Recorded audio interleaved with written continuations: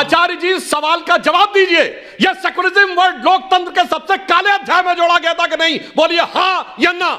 भगवा को कलंकित करने का प्रयास, भगवान राम को सांप्रदायिक कहने का प्रयास, भगवान कृष्ण को सांप्रदायिक कहने का प्रयास। नमस्कार, जय हिंद दोस्तों। आपने सुधांशु जी को इतना क्रोधित कभी नहीं देखा होगा जितना कि आपको इस डिबेट में देखने को मिलेगा, क्योंकि हमारे संविधान में जो कांग्रेस ने सेकुलर शब्द घुसाया है वो भी सिर्फ एक समुदाय विशेष को फायदा पहुंचाने के लिए, उसी को लेकर सुधांशु जी की नाराजगी थी। चलिए शुरू करते हैं। आचार्य जी, सुधांशु जी से कि सेकुलर शब्द की परिभाषा को अपने राजनीतिक फायदे के लिए बदलने की कोशिश मत करिए। मेरा सीधा सवाल है, अगर यह शब्द गलत है तो इसे हटाया क्यों नहीं? और अगर यह सही है तो आज आप ये क्यों कह रहे हैं कि यह सेकुलर शब्द गलत है? इसी संविधान की और इसी सेकुलर शब्द के रहते हुए भारत के प्रधानमंत्रियों ने शपथ ली है। तो ये जवाब आ रहा है तीनों। हाँ सुधांशु जी, अच्छा वेरी सीरियस। पहली बात, आचार्य जी नहीं बोल पाए कि लोकतंत्र के काले अध्याय में जोड़ा गया था। काले अध्याय में सारे विपक्ष को जेल में ठूस कर लोकतंत्र का गला घोटकर, फिर भी उसका गलत परिभाषा आपने की है। सेकुलर वर्ड का जो ऑफिशियल ट्रांसलेशन है लॉ मिनिस्ट्री के द्वारा हिंदी में, वो है पंथ निरपेक्ष, मगर ये सारे धर्म निरपेक्ष बोलते हैं। बात तो सही है।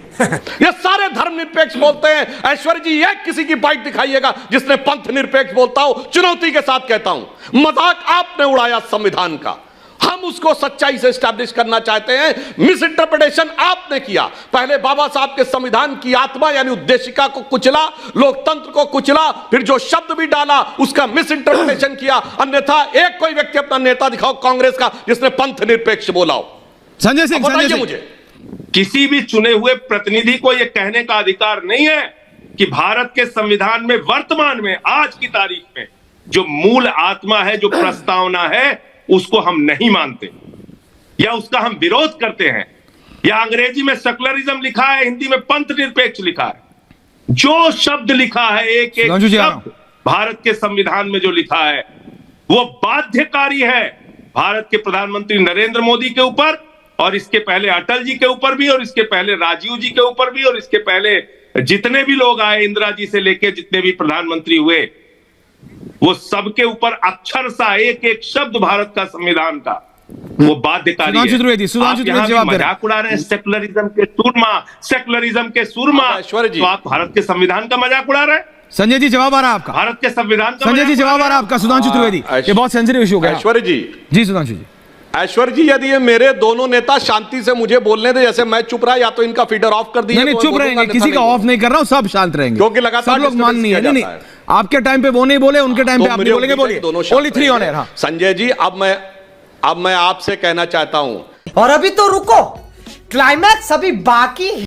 जब भारत का इतिहास लिखा जाएगा तो यह लिखा जाएगा कि डॉक्टर अंबेडकर ने जिस संविधान की आत्मा कहा था, उस संविधान की आत्मा बदली गई, वो भी लोकतंत्र के काले अध्याय में बदली गई। इसे कोई रोक नहीं सकता, क्योंकि मूल संविधान भी लिखा हुआ है, मूल संविधान की प्रस्तावना भी अवेलेबल है। दूसरा, और जब यह चेंज किया गया तो मैंने जो चुनौती दी थी, हमारे दोनों प्रधानमंत्रियों ने हिंदी में शपथ ली थी, अटल जी ने भी, मोदी जी ने, और हिंदी अनुवाद पंथ निरपेक्षता कहता है। हम पंथ निरपेक्षता में विश्वास रखते हैं, धर्म निरपेक्षता में नहीं, क्योंकि इस देश की संसद के पीठ पे, स्पीकर के पीछे लिखा है धर्म चक्र प्रवर्तनाय। ये सारा देश धर्म के चक्र के प्रवर्तन के लिए संसद है। धम्म चक्र भारत के राष्ट्रीय ध्वज के ऊपर है। भारत के सर्वोच्च न्यायालय के एम्बलम पे लिखा हुआ है यतो धर्मस् ततो जयः। यह धर्म निरपेक्ष देश नहीं है, यह धर्म प्राण है। और हमें पीड़ा इस बात की है कि धर्म प्राण देश में धर्म निरपेक्ष कह के इस देश का जो धर्म था उसे कलंकित करने का प्रयास किया गया। भगवा को कलंकित करने का प्रयास, भगवान राम को सांप्रदायिक कहने का प्रयास, भगवान कृष्ण को सांप्रदायिक कहने का प्रयास,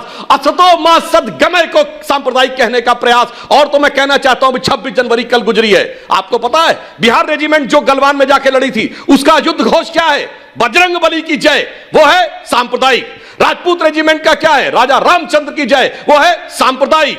जो गोरखा रेजिमेंट का क्या है? आय और महाकाली जय भद्रकाली, वो है सांप्रदायिक। जाट रेजिमेंट का क्या है? जाट बलवान जय भगवान। सब भारतीय धर्म संस्कृति को आपने कलंकित किया है, सेकुलरिज्म में कलंकित किया है, धर्मनिरपेक्ष कह के उसकी हमें पीड़ा है। हम ईमानदारी से इसे पंथ निरपेक्ष बनाना चाहते हैं। इसीलिए हमारे यहां कोई मजहब ऊपर नहीं है, ना कब्रिस्तान है, ना हज सब्सिडी है, ना शरिया संविधान से ऊपर है। मगर आपके यहां है, ये मैंने बताया। भारत का इतिहास लिखा जाएगा तो यह बताया जाएगा कि आत्मा आपने कुचली थी, पर आत्मा को सही अर्थों में स्थापित मोदी जी ने किया। खत्म, bye bye, tata, good bye, गया।